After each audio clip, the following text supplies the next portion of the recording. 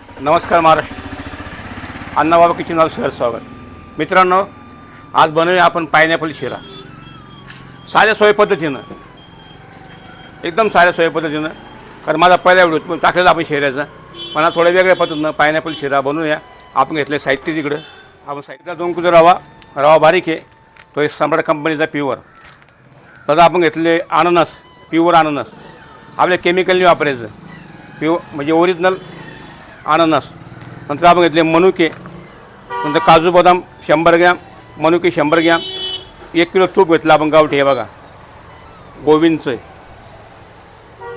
नंतर 2 किलो साखर, 2 किलो साखर. नंतर आपण घेतले हिरवा वेलदोडा आणि एक जायफळ. आता आपण पुढे तयारी करूया. पातेल्यात तूप टाकू आणि रवा भाजी सुरुवात करू. पण हां, याच्यात आपलं दूध नाही वापरायचं बरं का, पाणी वापरायचं.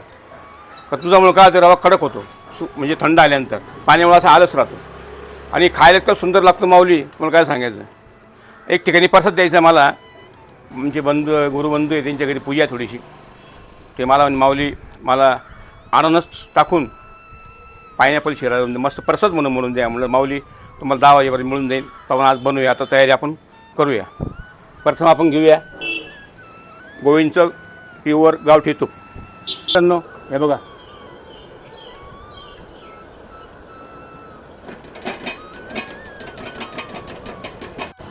वा काय वास आला बघा.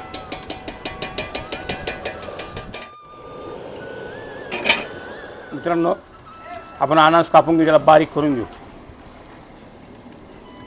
हे बघा, असं पहिला कापलेलं खेटून. आता इकडं भाग कापायचा आपल्याला. कारण याला खूप सावधगिरीने कापावं लागतं, त्याची अंगी काटे असतात. शेख मोहम्मद महाराज म्हटले ते, नसाचे अंगी काटे आता अमृताचे साठे. वा काय सुंदर आहे. फळसुद्धा असं असतं ना की त्याच्या अंगी काटे भरलेले असतात, पण तरी आतून त्याला कापल्यानंतर गोड लागतं बरं का. काटा असून गोड लागतं, पण आपण तर गोड असून बी कडू आहे.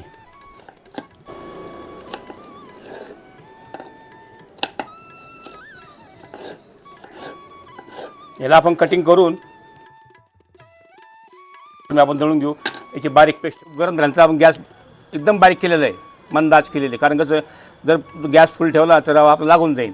मला आपण गॅस डायरेक्ट एकदम बारीक केलेलं आहे मी. आता आपण रवा टाकूया. आता रवा टाकलेला आहे, कारण आपल्या रवा भाजायला कमीत कमी 30 मिनिट लागणार आहे मंद आचेवर. कारण जास्त वाढवला लागून जाईल, काळपट होऊन जाईल. तर आपल्या रवा काळपट नाही करायचा, मंद आचेवर भाजायचं आहे. त्याला हळूहळू तूप जसं भाजू तसं याला तूप सुटणार आहे.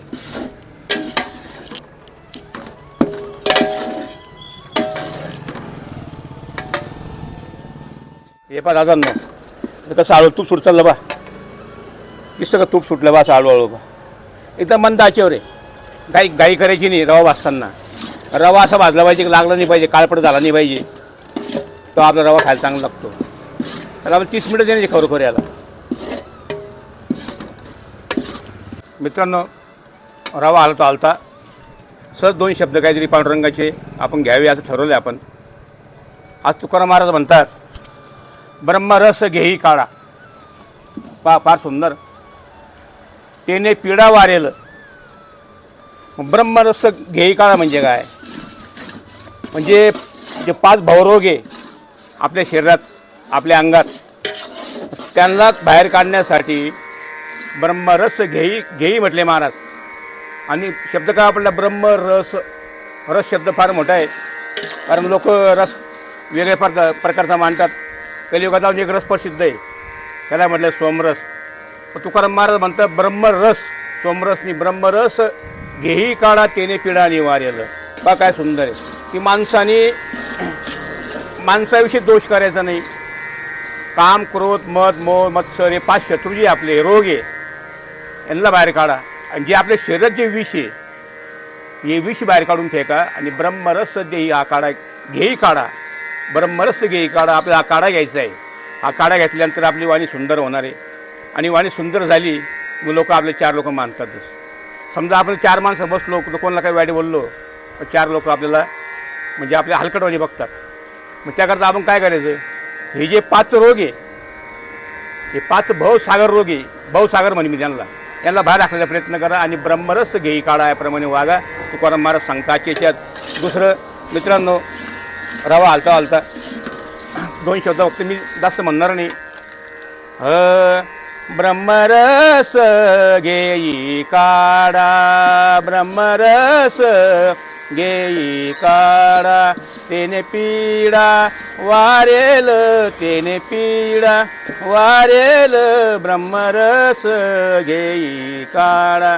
पथ्य नाम विठोबाचे, पथ्य नाम विठोबाचे, आनिक वाचे न सेवी, ब्रह्मरस घेई काढा, ब्रह्मरस घेई काढा. मग एवढंच म्हणतो आज खरोखर ब्रह्मरस घ्या, पांडुरंगाचं स्मरण करा, कुलदेवचं स्मरण करा आणि कोणाविषयी भावना आपली वाईट सोडून द्या, मनात ठेवू नका. कारण काय, हा भर कलियुग आहे. भर कलियुगाचा फेरा फार मोठा वाढलेला आहे. त्यामुळे आपलं नामचिंतन करणं गरजेचं आहे. कारण मी एक कीर्तन ऐकलं होतं, बीड जिल्ह्याचे महाराज आहे, शेख महाराज म्हणून मुस्लिम कीर्तनकार आहे. मित्रांनो, त्यांनी हिंदू धर्म कसा असतो, कसा आहे, मी परवा कीर्तन ऐकलं, फार सुंदर. मेहबूब महाराज, हरिभक्तपरायण मेहबूब महाराज शेख, त्यांचं आज 79-80 वय आहे, पण ह्या वयात किती सुंदर कीर्तन करताना महाराज काय सांगा तुम्हाला.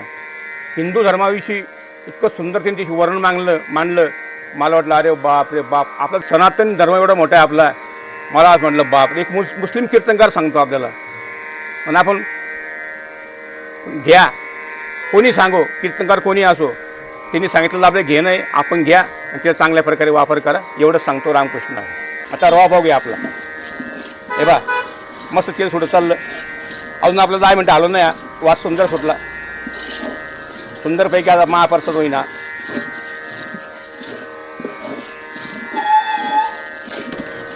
याच्याबरोबरच त्यांनी आपल्या ऑर्डर दिली मसाला पुलावची. पण दाखवीन मसाला पुलाव बनवला, तयार झालेला मसाला.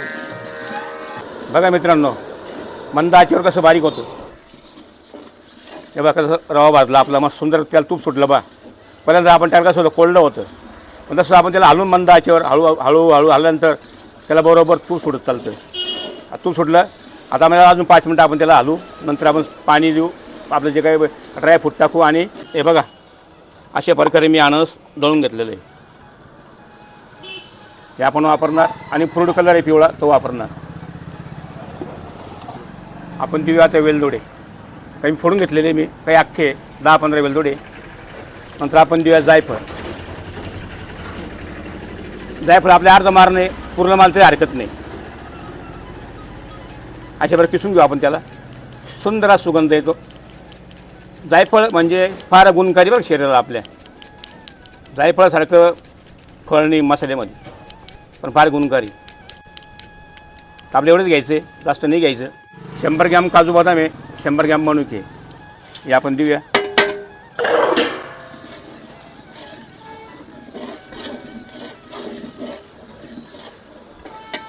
आता आपण देऊया आपला अननस, हे बघून घ्या बारीक केलेलं.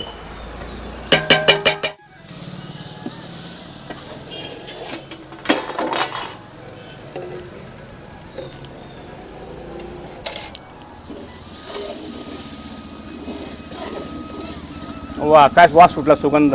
रवा रवा कसा आला. परमेश्वरम फळ बनवले माऊली खरोखर मनुष्यासाठी. आता आपण द्या फूड कलर.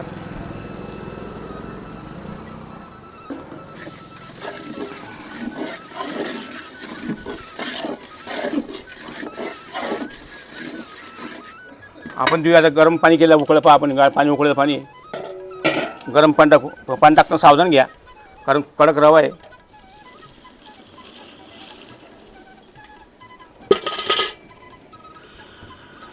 हे बघा असं उकळी आली बघा.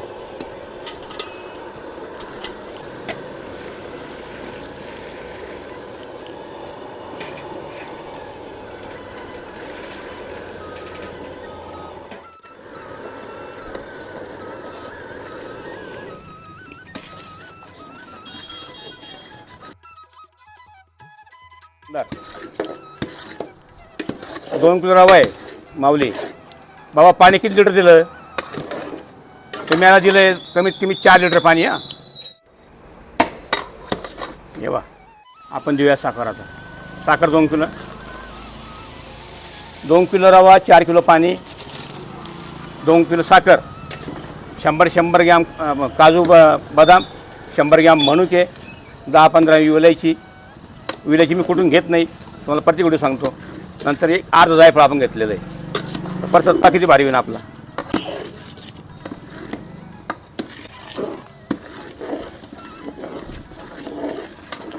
कारण गावरान तुपात द्या, पण गावरान तुपाची मजा जाऊ राहते माऊली. थोडी गावरान असतं. हायब्रेड किती काही करा. हे बघा राव,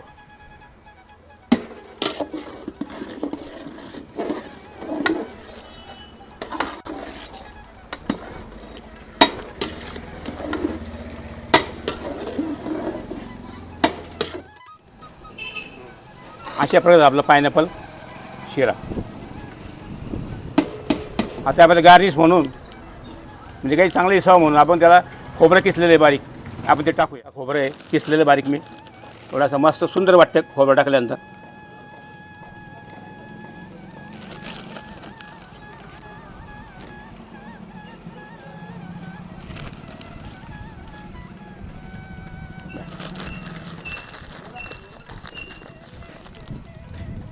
नंतर आपण बनवलं आहे मसाले भात, मग तो दाखवतो. हा झाला आपला पायनॅपल शिरा. आपल्या मराठी भाषेत रवा, हिंदीमध्ये हलवा.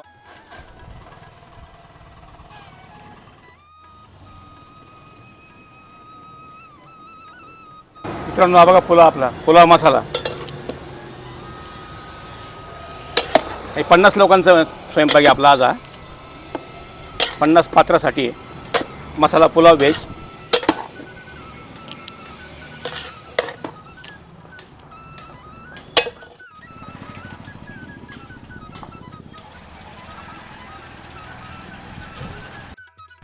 अशा प्रकारे आपला पायनॅपल शिरा आणि ते जोडीलाच व्हेज मसाला पुलाव हा आपला 50 लोकांचा आहे. त्याकडे तांदूळ वापरले 5 किलो, रवा वापरला मी 2 किलो. असं म्हणून 50 लोकांसाठी आप परफेक्ट जेवण तयार झालेलं आहे. तर अशा प्रकारे आपण मी बनवलं आहे. मी तर म्हणणार नाही तुम्हाला, माहिती आपण म्हणत नाही.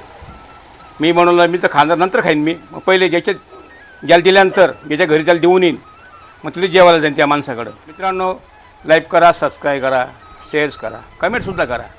म्हणजे कमेंट सुंदर असतात. असं आप झाले प्रसाद आपण बी सेवन करा.